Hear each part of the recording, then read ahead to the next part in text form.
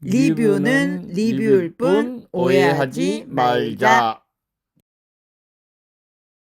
나는 솔로 17기 순자와 영식에 대한 리뷰.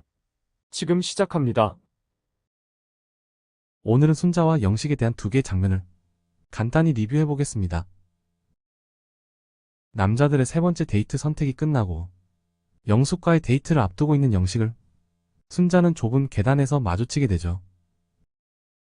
야외 계단이라서 둘 다 우산을 들고 반대 방향으로 서로를 지나쳐 가는데 반대편으로 우산을 기울이는 배려를 순자가 해줄 만도 한데 순자는 마치 영식을 투명인간 취급하듯이 아무런 배려 없이 가던 길을 가는 모습을 보이죠.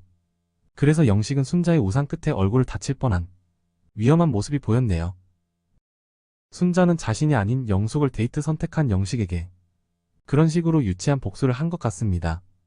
그 부분에 대한 진정성 있는 사과를 영식에게 해야 할 것으로 보입니다. 그리고 같은 날 모든 데이트가 종료가 되고 나서 밤에 혼자 여자 숙소에 있던 순자에게 영식이 찾아가서 대화를 시도합니다.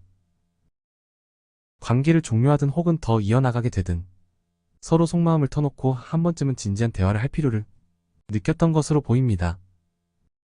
영식은 혹시 본인이 순자에게 쉽게 보였던 건 아닌가 라고 물어보죠. 순자는 절대 쉽게 보는 마음은 없었다고 대답을 합니다. 그런데 영식이 관계에 대한 진지한 대화를 이어갈수록 순자는 자꾸만 소지품 가방을 뒤적거리며 대화에 집중하지 못하고 산만한 모습을 보이죠. 그녀는 도대체 왜 그랬을까요? 영식을 무시하고자 해서 그랬을까요? 저는 단순히 그런 건 아니라고 봅니다. 너무 진지한 영식의 태도에 또 그녀는 불편감을 느낀 거죠. 그래서 그런 진지한 대화를 어린 아이처럼 회피하고 싶은 그런 마음이었던 것으로 보입니다. 한편 영식은 정말 중요한 대화를 시도하는 자신을 그런 식으로 대하는 그녀의 모습에서 이 여자가 나를 또 무시하나? 라는 오해를 한 것 같아 보이네요. 사실 순자는 자신과는 결이 너무나 다른 그의 진지한 태도가 너무 불편했던 거예요. 그래서 대화를 회피하면서 인공 눈물을 찾는 척을 했던 거죠. 그러면서 순자가 자기 마음을 담은 듯한 한마디를 영식에게 합니다. 근데 가볍게 찾는 거예요. 그렇게 심각한 거 아니고. 라고 얘기를 하죠. 그런 말에서도 영식과의 진지하고 심각한 분위기의 대화에 대해 그녀가 얼마나 불편감을 느끼고 있는지를 간접적으로 은근하게 불만 표시를 한 거죠. 그리고 이어서 순자는 얘기하네요. 조금 더 생각하고 이 부분에 대해서 다시 얘기해도 돼요? 라며 급하게 대화를 종료하려는 모습이네요. 그런 순자의 모습을 보고 또 한 번 자신을 무시하는 게 아닌가라고 영식이 충분히 오해할 수 있는 상황이었다고 봅니다. 그래서 화가 난 듯한 모습으로 그는 대충 대화를 마무리하고 자리를 일어나 버립니다. 순자님은 자신이 불편감을 느끼는 것에 대해서 쉽게 회피만 하려 하지 말고 참을성 있게 견디고 수용하는 자세를 배울 필요가 있어 보입니다. 그런 면을 보완한다면 앞으로 순자님이 바라는 섬세하고 다정하고 똑똑한 그런 이상형과 안정적인 관계를 만들어갈 수도 있지 않을까 싶습니다. 그녀의 또 다른 면들을 살펴보자면 사람들의 관심을 받고 싶어하는 면이 커 보이네요. 그래서 사람들의 관심을 끌 수 있는 말이라면 쉽게 내뱉는 경향이 보입니다.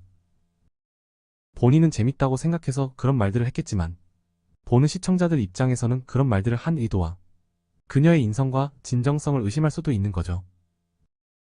그러면 순자가 원래 옳고 그름을 구분을 못하는 정도의 미성숙한 사람인가? 라는 부분을 생각해보면 제가 보기엔 그렇지는 않다고 봅니다. 후반부에는 대부분의 출연자가 그렇듯이 최종 선택에 대한 부담감 때문에 감정적으로 몰리는 상황에서 본연의 모습이 드러난 부분이 아쉽긴 했죠.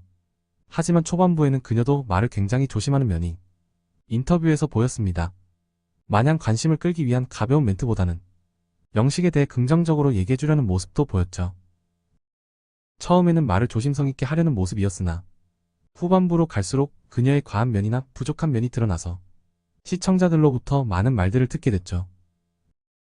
그녀가 하지 않았으면 좋았을 말들에는 사전 인터뷰에서 첫 남자친구가 알고 보니 독특한 성향을 갖고 있더라 라고 말했던 부분, 영식님은 나를 동네 발바리개로 본 건가 라며 현숙과 영숙에게 말하던 부분, 그리고 최종 선택에서 한 놈만 패기로 했다는 표현도 있었죠.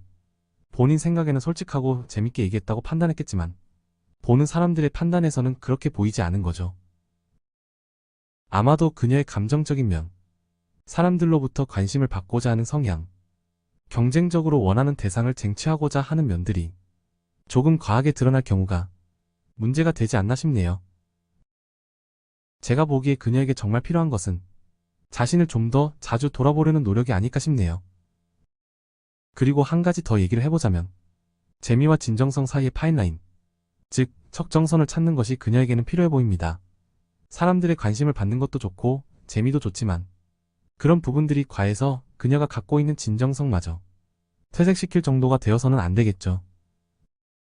마지막으로 한 말씀을 더 드리자면 나는 솔로의 17기의 라이브 방송 때에는 정말 말을 조심성 있게 하려고 노력하는 그녀의 모습이 보여서 저는 좀 좋게 봤습니다.